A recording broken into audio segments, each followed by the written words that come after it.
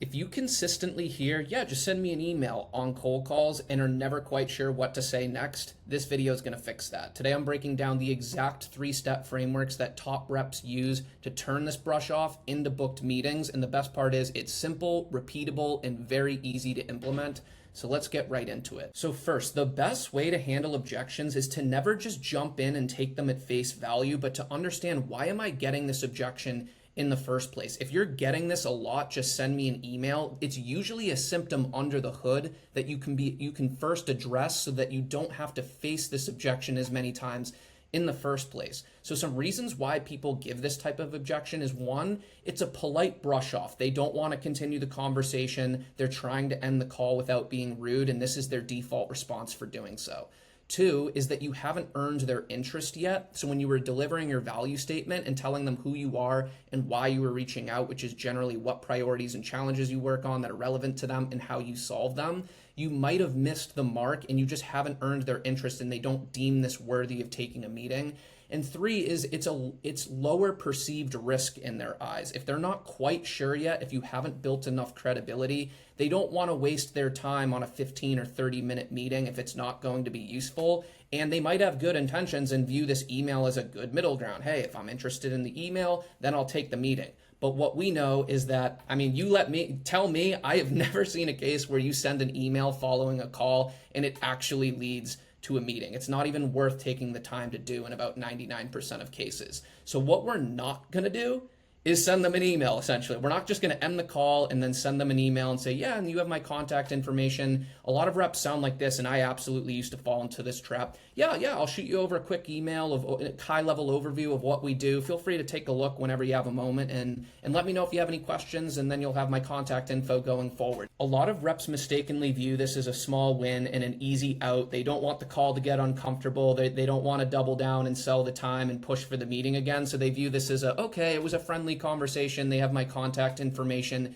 and in their head, they justify it and almost think that this is going to turn into a meeting. But as we know, they almost never do. So the mindset shift you need to make before I start going into examples of how to actually respond to this is that you're not an order taker. You're offering something of value. So treat the meeting as a fair exchange, not a favor. Like, if you're about to type up an email that's going to be relevant and valuable to them, you want to be asking for something in return. They're asking you to take time out of your day to do that, and the least they can do is give you something in return. If they want your insights, then they can carve out 15 minutes. Your time has value too. So the framework to implement this, I call it A.R.A, which stands for acknowledge, reaffirm, and advance. So let's get right into what this can look like. So if I deliver a cold call script, we're going back and forth and they're just saying, you know what, just send me an email, I'll circulate it to my team and we'll reach back out if it's relevant.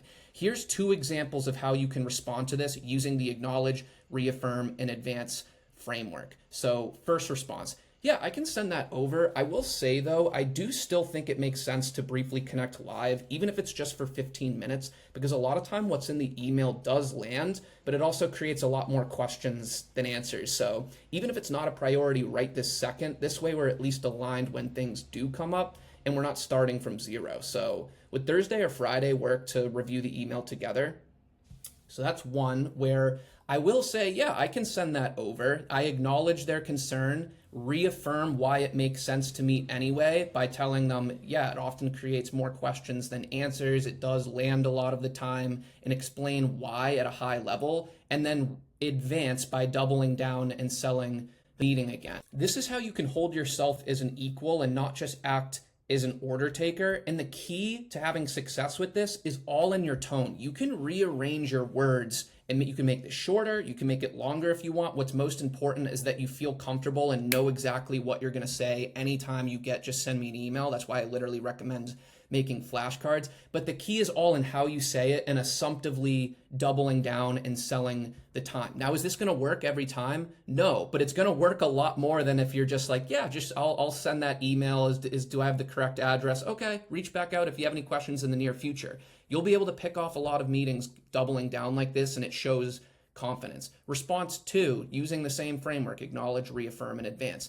Yeah, I'm happy to send something over. That said, I've found these emails usually hit the mark, but then they also lead to a lot of follow-up questions. And I just want to make sure we actually have something scheduled if that's the case, rather than just chasing each other down back and forth. So what I'd like to do is send you the email in an invite, and then look, if it's not relevant at all, which I really don't think that will be the case, but then you can always just decline the meeting and let me know either way. So does that work for you? Different words, same framework. Acknowledge, reaffirm, advance. This gives us another shot on net. We doubled down, sold the time. That's a non-zero probability of booking the meeting. So let me know in the comments how you respond to this type of objection or how you have in the past. In Cold Call Mastery, we create an entire objection response bank and flashcards so that we know what to do and are prepared right away whenever we get these types of objections. So hope to see you in there. And with that, quick, simple, actionable, hope you got value, and I will see you on the next one.